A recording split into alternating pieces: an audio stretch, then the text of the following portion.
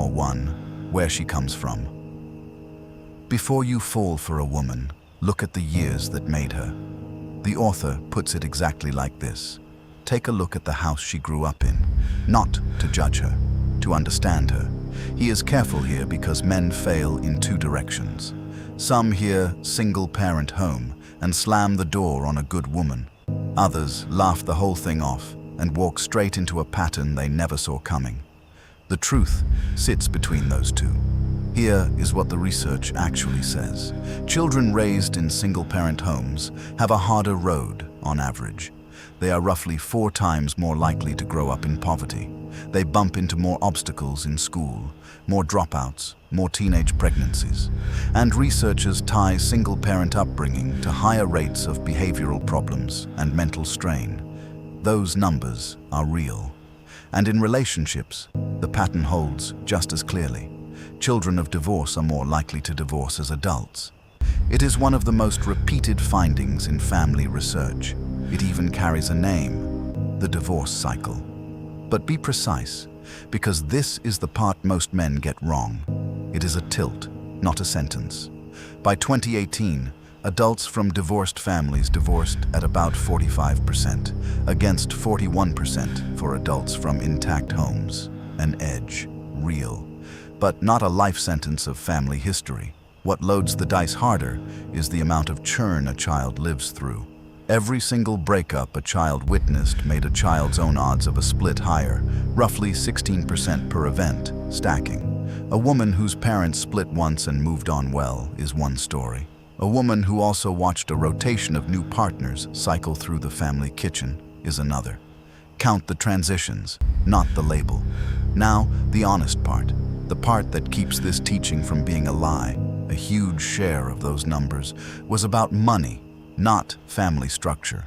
When researchers tracked more than 13,000 children and then accounted for poverty, almost all the difference between a single-parent home and a two-parent home shrank to nothing.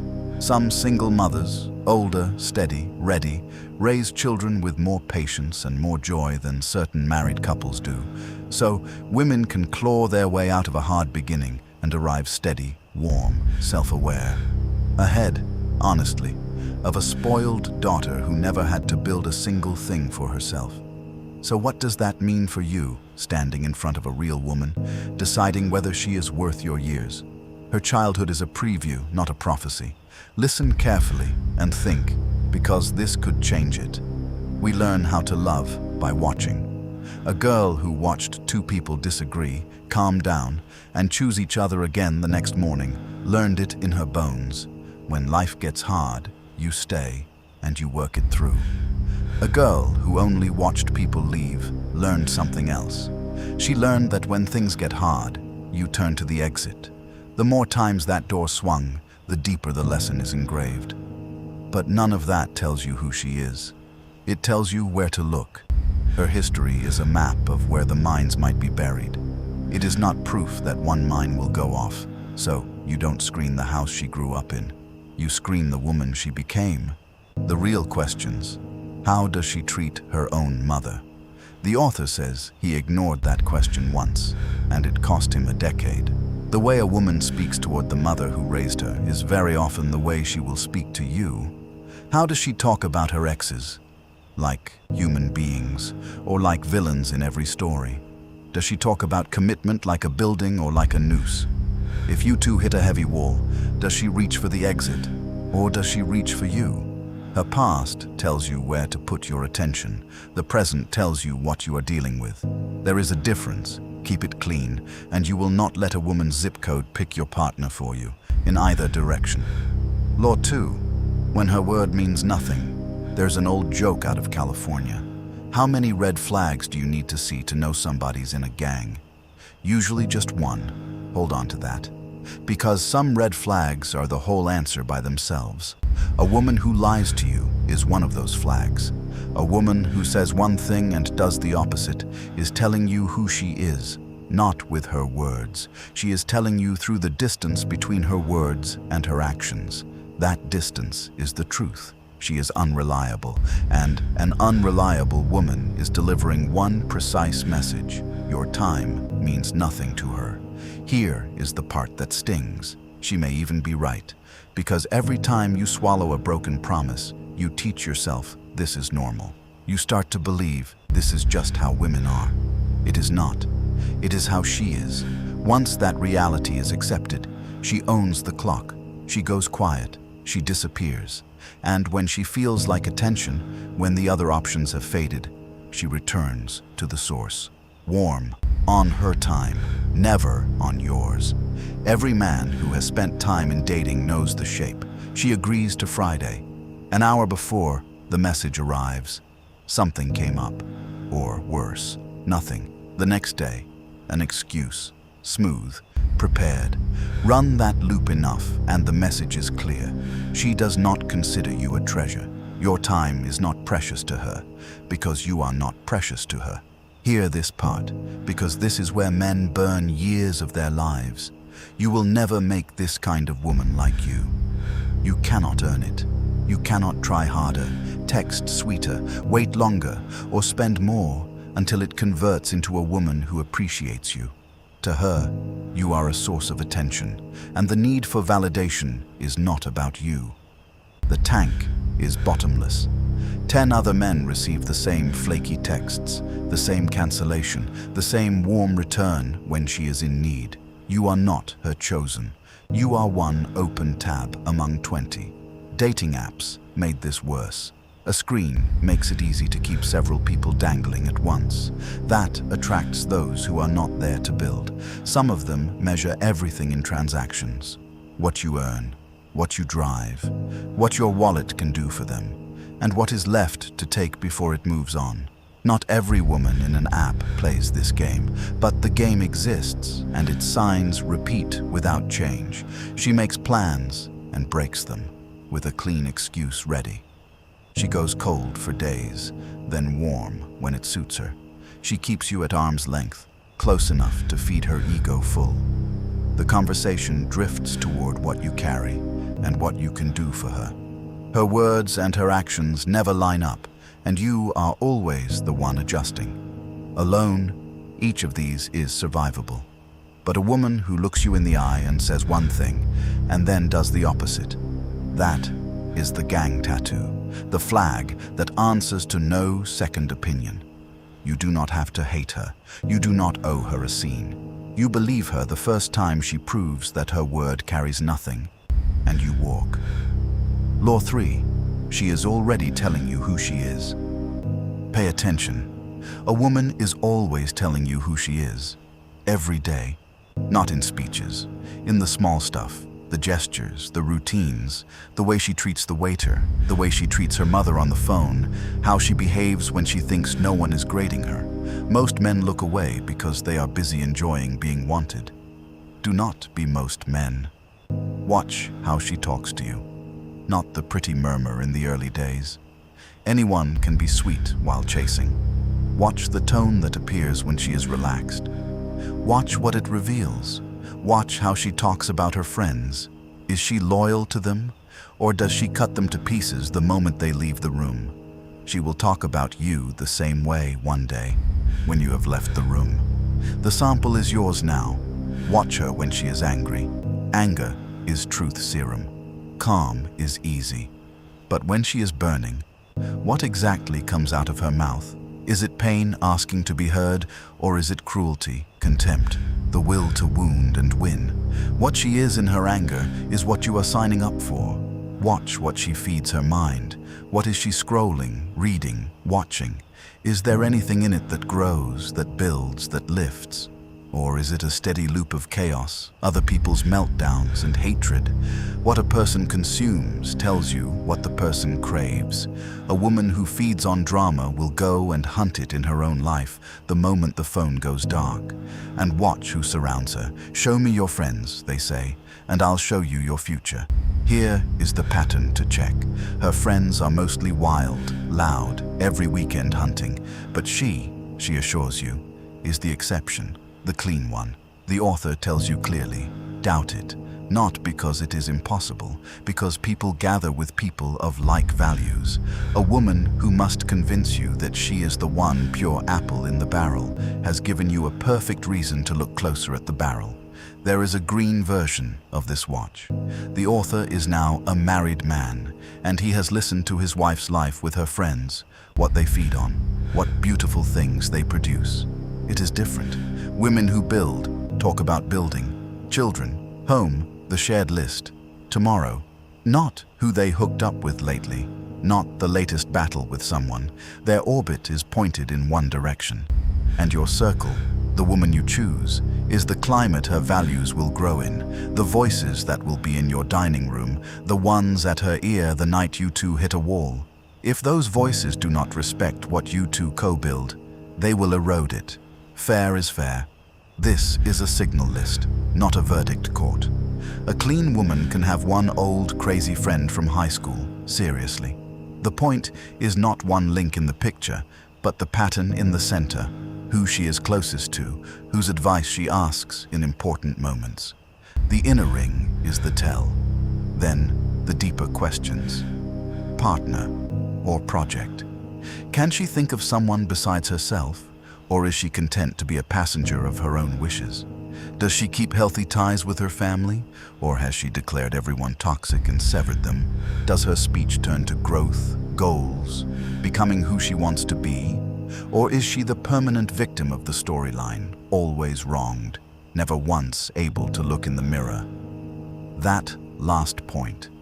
A woman who has never in her life been at fault is also the woman who will never fix anything, because in her map, there is nothing in her zone to repair. It is always you, always them, always the situation. It is the most precious information you can get about her, and most men pay close attention. But the eyes also need trained for the good, because the good shows exactly the same way, through actions. The author lets you into a memory. Years back, single, he was talking to a married friend at his house, spilling out the weight of his fight to see his daughter.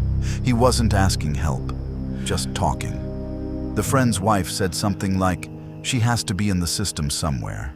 And then, without being asked, with her own hands, she went to work, digging for the address while the man kept watching his plate. He says it took him a while before he got it. None of the women he had known before had ever just voluntarily helped him like that. Not once. Some would have turned the blade. So, what did you do wrong? That was the usual. This woman, a stranger in his story, picked his side because helping was right. And that is one of the oldest lessons in the book. A good woman is not a saint. She is a human being. She gave loyalty before it was earned, simply because it was right. Rare enough that a man remembers it for 2 decades. If the flag is green, train to catch it in flight, not only the red ones. Now, the trap. And it catches the best men first. A woman can read a kind heart from a mile away and play it like an instrument. You are good, so you want to fix her, teach her, carry her growth. Stop. She will fake the change. She will mirror your words, mimic the growth, keep it up just enough to keep you invested. But the horse is a horse. You cannot paint stripes on it and call it a zebra. The stripes wash off. A person can change. Yes, it exists, but only when she chooses it, on her clock, for herself. Never because a man arrived to carry her. You are not a rehabilitation center. You are not her father, her therapist, or her second chance. If she is already the woman you want, beautiful. If she is a renovation project, put the brush down and walk. She told you the truth, in 1,000 small ways, in the first months. The only thing that remains is whether you believe her. Law 4. Don't be the trick. Scroll through social media long enough, and you will meet a chorus of men, fed up, explaining that the dating game is dead. The author has sympathy. From where most of us stand, it has died ugly. It turned transactional. It is a market now, and half the people in the market are shopping, not connecting. He lives in South Florida, so he has a front row seat. And before he hands the blame to anyone else, he sweeps his own side of the street because he is a man and he knows the engine. We are driven by desire, by hormones, by a beautiful face and a body that makes it hard to think straight. No honest man claims to stand above it. Most of us carry a hunger to conquer, and the finer, the better. You see a woman and a part of your brain locks onto a single question. What does she feel like? And that's when willingness arrives. You become willing to do almost anything to discover the answer. And that willingness is exactly where you hand her the knife. Because willingness becomes behavior. You take her to expensive restaurants. You buy her things she has not earned from you, not yet. You bow your standards, swallow disrespect you would never take from a co-worker or a friend, all because of what you are looking at. None of it buys what you think it buys. Your time, your money, your generosity, the man you are, those should be earned. When they are spent on a stranger in a restaurant, you have told her all about yourself, that you buy the front. In her mind, a file has been created around you. In the language of the street, you are the trick, the guy with the wallet, the one who vaguely believes the dinner purchases the smile. She does not take you seriously. She does not see only you. She has several men in her drawer running the same film, same restaurants, same gifts, same quiet tolerance of disrespect. She is not falling in love. She is managing a resource, what can be extracted, when, and what is left. There is another silhouette of the same mistake, the friend. The one who hangs at the edge, always present, always helpful, always the perfect listener, waiting for his opening. She will never love him in that role. The friend zone is built exactly from this, a supply of presence passing for closeness. And when, on a lonely night, she occasionally lets him in, the tangle of feelings, resentment, and confusion produces a wreck. The author's line, "You spent all that time being an option instead of a man, and options don't get chosen." Why does this repeat so reliably? Because of the law of wanting. When a craving gets loud enough, you become easy to exploit. That is not a woman trick. It is human nature. You can see it in every con. The get-rich-quick callers. They don't tell you the truth. They sell you the feeling, the life that awaits. And while you are drunk on the fantasy, you stop asking the obvious questions. So, use the book's test. 3 questions. Does this make sense? Does this person have my best interest or only their own? What is actually in it for them? If the answers don't add up, trust the math and doubt the feeling. Desire is a fog on the windshield. While you are foggy, you will stare straight at an ugly truth and call it love. Clean the glass and look at a person as she is, not as your hunger wants her to be. A man who cannot be tricked is a man who can finally be loved for real, because the only women left standing in front of him are the ones who actually want him. Law 5. I just get along better with guys. Every man has heard the sentence. I really don't have deep female friends. I just get along better with guys. Sometimes it is honest. A woman raised among brothers, or working in a male career, or someone who never had the temperature for drama. That is real. And it is not a warning flag. The author says it himself. Don't throw away a good woman because of a formula, but he also gives the deeper grid and starts with the tattoo riddle, since every man on the internet treats it like a veto, body art, heavy ink. Look at the research, he says. On paper, the observations are negative. Studies find that tattooed women are read as more promiscuous, less wholesome, more wild. That is the observer's glasses, not the woman. Once you look past the surface, the data about actual behavior is thin and contradictory because the studies mostly measure perception, not behavior. And keep the baseline in mind. More than half of women under 30 carry at least one tattoo today. When a warning flag fires on half of a generation, it stops being a flag. It is noise. The author is honest with you. His word, the ink by itself, is not the diagnosis. The diagnosis is what the woman does with her life. The ink is a conversation fragment, not a verdict. If you screen purely on ink, you are throwing away valuable women just to say you looked. The signal only tells you where to point the camera, at her behavior, not at the drawing. And then to the meaningful, her male friendships. April Blesk-Grecek, a psychology professor, has spent decades studying opposite gender friendships. What does the literature consistently show? Men, on average, carry much more attraction to a female friend than she carries toward him, even when he is in a relationship. The hidden, unread line in those friendships is often desire. A woman's orbit of male friends is not neutral. A big share of those men are keeping her close, hoping. There is one more uncomfortable finding.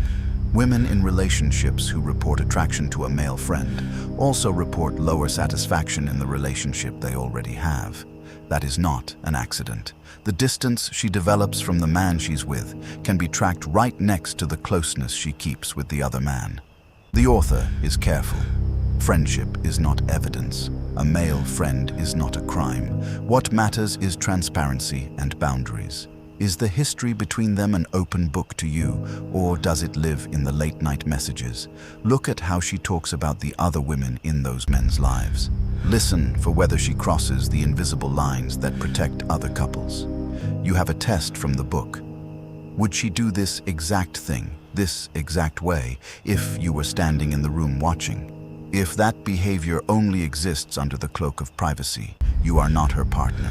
You are her audience. Then run the checklist. She is overly familiar with certain men. Always the small jokes, the late threads. She tells you those men's wives and girlfriends are jealous and insecure. Watch the purpose. It softens you. The contact stays private after midnight. If you mention the discomfort, you become the problem. Insecure, controlling, the enemy. Not because she has male friends. That can be completely fine. The problem is the hidden part, the concealment, and the closing line of the chapter. A woman who fights that hard to protect her access to other men is telling you what she is not willing to give up for you. Believe her. The chapter ends with a scalpel. Make sure you know the difference between the woman whose male friends are a chapter of her life and the one for whom they are a lifestyle. In that case, she is not looking for a partner. She is looking for an audience. Law 6. The pattern of multiple kids. This is where the author goes blunt, and he knows it will draw fire. A young woman with several children by several different men, he says, is one of the largest red flags on the board. In his eyes, it is a plain pattern, but read the precision, because he builds the argument carefully. He is not talking about a woman raising one child by a father she actually built a life with. That is circumstance. It deserves grace, sometimes respect. He is talking about the repeating structure. 3 children, 3 fathers, no marriage to anyone, and none of them remaining in the picture. That is not a bad night, and it is not a fate that fell on her. It is a repeated choice to bring life into chaos. He goes to the data. Multi-partner fertility is common. About 1 in 6 American parents has children with more than one partner, and among unmarried parents it goes above 60%. So it is not a rare event. But the research follows the pattern in the same direction. More partner changes in the family tree line up with more instability for the children, more instability in the mother's own relationships, more environmental chaos. The Fragile Families study, which tracked many of these households, shows the same shape as the Norwegian registry data the book cites on school dropout. When a home has a rotation of father figures, the children absorb it like weather. The author keeps returning to one sentence. A person's past decisions are the most reliable map of their future ones. Not words about the future, not promises read from today's mood. Past actions, repeated, are the prediction. And when a woman hands you a 20-year pattern, the part of you that thinks, "I'll be different," is exactly the part that got other men. He also says, be careful with the word hate. This chapter is not about blame. It is about arithmetic. The odds do not roll in favor of being the 2nd, 3rd, or 4th father. There are heroic exceptions, and every rule has them. But you do not build your family on the exception. You observe reality and make decisions from the center of the curve, not from the tail of a fantasy. How to do it? Watch her words. Watch if she owns her choices or filters them through blame. Watch how she speaks about the fathers present in her life. Watch whether the story changes its truth depending on who is in the room. If the old hurt is now a hammer, you know what it will become. And the practical, ugly part, the book says once, because it has to be said. Before you commit years, notice the pattern. A woman with several children by several different men is a red flag. Not because the children are wrong, because the decision-making that connected her to each father was a repeat. And when the flag is real, the role you are being hired for is also real. The provider slot. Survival is a powerful magnet. Understand what you are to her before your heart does. Law 7. The question of femininity. Now the author picks the word that will make some listeners angry, and he stands on it. I miss femininity. He means the softness of a woman who doesn't have to copy a man to know her worth. The warmth that isn't a weakness. The home that is kept with love, not by a servant, but by a woman who sees value in that energy. He says plainly that a lot of men want it and are ashamed to say it. And he says the fight to bring it back starts, and it is a quiet one. But, and here is where he surprises, he also tells men the honest truth about the old days, because a man needs a straight dose, not nostalgia. He says, it did not used to be this way because women were morally purer. It was because of the economy of the home. 100 years ago, the household ran on the hands of the woman. Food, cloth, soap, the entire rhythm of the day.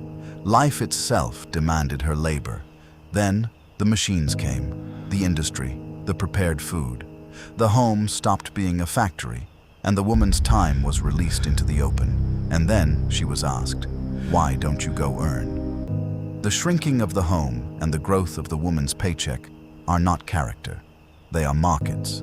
So when a man today demands a traditional woman, he is often asking for a woman of a particular moment in history, of a particular economy, usually of a certain generation, without seeing it. A better question than, does she match the old picture postcard, is this: what is the woman's actual depth? What makes the strong feminine is not the shape of the dress. It is caretaking, calm, consideration, respect, warmth. The woman who feels safe with you and therefore doesn't need to lead with armor. The woman who will let you open the door, who smiles at the world, who is sovereign of her own body and time and gives you shared time because she wants to.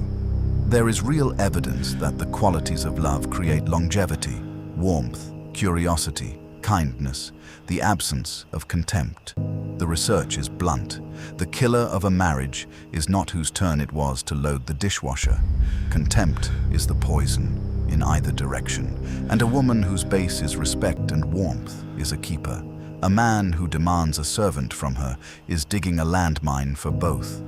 The book's idea, femininity, is not gone because women lost it. It is buried under the pressure of the market, the performance roles, the feeds. She is still there, so stop dressing it up and ask this question. Do you want a woman who submits or a woman who chooses you daily? Those are two different women, and the first one is a life sentence. Look at the eyes. When she respects, there is a shimmer. When she fears, there is glass. You need the shimmer. And one more truth, running both directions. Femininity never asks you to become a tyrant. The man who fails with a good woman is rarely the one who wanted a traditional one. He is the one who failed to honor her depth. A woman softens for a man who is strong and at peace. Demand softness from her and give it nothing to rest on, and the tradition collapses into obligation. And obligation turns bitter. Two kinds of homes exist, the one she wants to build with you, and the one she cannot wait to escape. The difference is visible in the eyes, and it is decided early. That early stage is your opportunity. Law 8, the law and the child. There is a chapter in the book that changes the temperature of the whole room. It is not about romance anymore. It is about the courts. The author speaks from personal experience. He spent years in a courtroom over his daughter.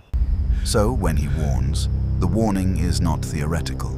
He uses Florida as an example and says plainly, laws differ from state to state, and this is not legal advice. Get a lawyer who knows your state. But the principle repeats everywhere. If you bring a child into the world with the wrong woman, the law gives her a level of power over you that most men do not understand until they are standing broke in a hearing. Here is how it works in Florida. The moment a baby is born to unmarried parents, the mother automatically becomes the child's natural guardian. That is the legal term. She holds sole legal custody from the child's first breath. She decides medical care, schooling, where the child lives, and whether you see your own child at all. And here is the sentence that blindsides good fathers. Your name on the birth certificate means nothing by itself. In Florida, being listed as the father does not give you a single custody or visitation right. Until you go to court and establish paternity, you are a man who helped make a baby and nothing more in the eyes of the order. So ask yourself where that leaves you. You see your child when she allows it. Everything works as long as she is reasonable. And the day she gets angry or jealous or decides she is done with you, she can close the door and you have no legal way to open it. Your only card is the right to go to court and ask to be recognized as the legal father. That is what he did. That is the fight he lived for years, for the chance to be a father on paper. There is good news, and he gives it honestly. Florida changed the law in 2023. Once paternity is established through a court action, a signed acknowledgement, or DNA, the father also becomes a natural guardian with equal parental rights. The court handles paternity, decision-making, and the parenting schedule together. That is real progress. But read the shape of it, because that is the whole lesson. The mother gets everything automatically, at birth, for free.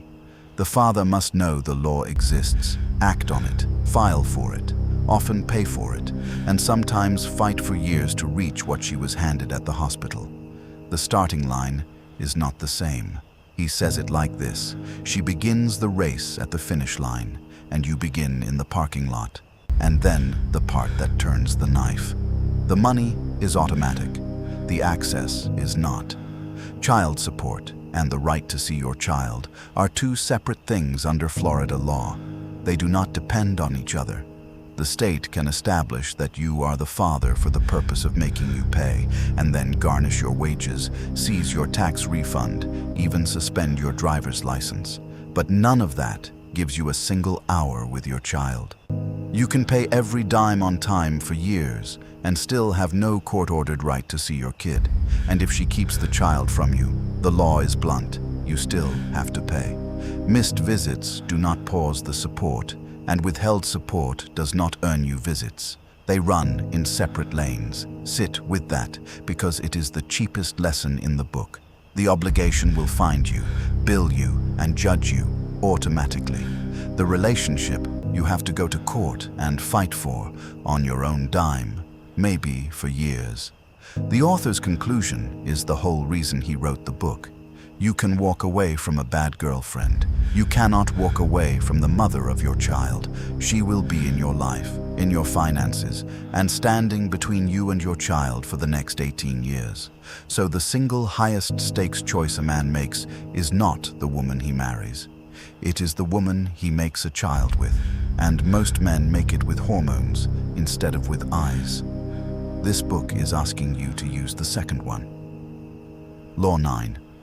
Always the victim, never at fault. Now the book approaches the psychology, and the author warns that this chapter should be handled like medicine, precisely. Every man knows her existence, the woman for whom nothing is ever her fault. The victim, exhausting, at first, but the book puts the accent on a stronger word, dangerous. Why? Because this position is not innocence. Research on behavior has a name for the broadcast of victimhood, victim signaling, and a big study published in the Journal of Personality and Social Psychology found that people who chronically signal victimization score higher on what scientists call the dark triad: narcissism, Machiavellianism, psychopathy. The people who manipulate, exploit, and feel little guilt doing it, and the signal is not noise. In the study, frequent victim signaling was tied to cheating and the willingness to harm others, and later replications found the trail to manipulation and narcissism even stronger. Read that again. The person who is always the victim tends to run the same playbook as the manipulator. Guilt activation, attention farming, tool orientation, the line of suffering used as a lever, the author's line of fairness. Real victims exist. Tears in a genuinely broken person are not the same as tears aimed at attention. The real one is moving toward healing. The manipulator moves toward the audience. How do you know which one you have? Look at where her energy goes. Does it go toward the pain itself, or toward whoever is watching and who can do what for her? The professional victim plays the victim for the effect. The damaged one carries the same scenes in private. And here is the machinery. The manipulation has a shape, and the book gives it a name. DARVO. Deny, attack, reverse victim, and offender. Watch it happen. You bring up something that genuinely hurts you. The response denies a problem exists. Then it moves to attack. You're crazy, you're jealous, you're paranoid. Now, you are the enemy. And then the reversal. Suddenly, she is the one in tears, trembling, the wronged one, and you are the villain. If you were a good man, she would not be crying. Researchers have even validated the technique. In the lab, the side using DARVO was rated as the more credible one, and the actual victim as less credible. That is power. Deployed for years, it can hollow out a man until he apologizes for his existence inside a relationship where he paid the bills, kept the promises, and listened. How do you protect? Keep the frame. Name the move gently. This is the moment where you can't be the one at fault, ever. Set the boundary.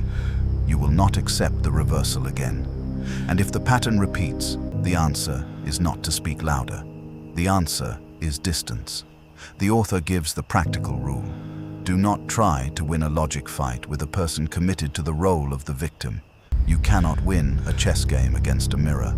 Spend the energy on the door instead. If you love her, you can hold your ground from a distance. But keep the boundary around the center. Your peace is non-negotiable, and you are not the enemy. A man in a relationship with a professional victim lives with two questions pressing daily. What did I do wrong now? And what will it be later? That is not a partnership. That is a hostage situation with a smile. Law 10. Watch her when you win. The last flag in the book is also the quietest, and the author says it may be the most revealing of all. It is not how she behaves when you are down. Many people can show up for a funeral. Comforting the broken costs them nothing and makes them feel important. The real test of a person's heart, the one that rarely gets examined, is how they behave when you rise. Psychologist Shelley Gable spent years studying this exact moment. She calls it capitalization. What happens when you come home with good news and share it? And her research found something that surprises people. How a partner responds to your good news predicts the health of the relationship as much as, and sometimes more than, how they respond to your pain. She sorted the responses into 4 shapes. There is the one that builds, the partner who lights up with you, asks for every detail, celebrates your win like it is her own. Gable calls this active constructive, and it is the only response tied to trust, intimacy, and commitment. Then there are the 3 quiet killers, the lukewarm shrug, the one who changes the subject, and the worst, the one who hears your good news and immediately finds the shadow. Don't let it go to your head. Must be nice. Don't get too excited yet. Meet the woman in this chapter. You land the promotion. You close the deal. You hit the milestone you have been grinding toward for years, and instead of light in her eyes, she goes cold, irritated even, as if your win took something from her. This is the woman who cannot be happy for you because the empathy is simply not installed. And here is what that does. Quietly, over years, you learn that your good news is not welcome in your own home. So you stop sharing it. You stop bringing home the excitement, the inside life. The door between you closes, and the research is blunt. Trust and closeness fall, and worse, the man's own sense of self slowly gets drained, living next to someone who resents his light. She isn't failing to celebrate you, she is actively shrinking you. Why would a woman be angry at your win? The book answers, because she sees you as competition instead of a teammate, or because your light makes her own situation look darker, or because the empathy for another human is not there, and a person who cannot be happy for you will never be happy with you. The author gives you a practical pointer so sharp it is almost a trick of the eye. Tell her something good. Watch the first 2 seconds of her face before she has time to arrange a reaction. The flicker of genuine joy is instant. It cannot be faked. You see it or you don't. If the first thing on her face is a flattening, a flash of ice, an attempt to switch subjects, believe the flicker. The word can come later. The flicker is the truth. And then the last pages of the book turn the lens again, because the author refuses to let you finish in fear. The right woman does the opposite of all of this, and you will feel it physically. She will be happier than you about your news. She will tell everyone. She will ask for the details. Not because she gets something from you, but because your existence is her existence. Remember the woman of the kitchen from the beginning, who helped a man she barely knew. That is the same architecture. Love that is action. Empathy that costs. One final sentence from the book. When your good news makes her light up, and brighter than it does you, you have found something worth protecting with your life. The closing. One is enough. So the book closes, and every law tunes to 3 simple chords. First, read behavior, not words. Everyone can say the right thing. What a person does when she believes nobody is grading her is the truth. Second, watch the pattern, not the moment. Real people can have a bad day, a terrible year. The pattern is what predicts. The author repeats the sentence. The past is the most reliable preview of the future. Third, have the self-respect to leave. When the flag is real, the walk is not failure. It is the only victory in a game where staying would cost you everything. The final thought is the name of the book. One is enough.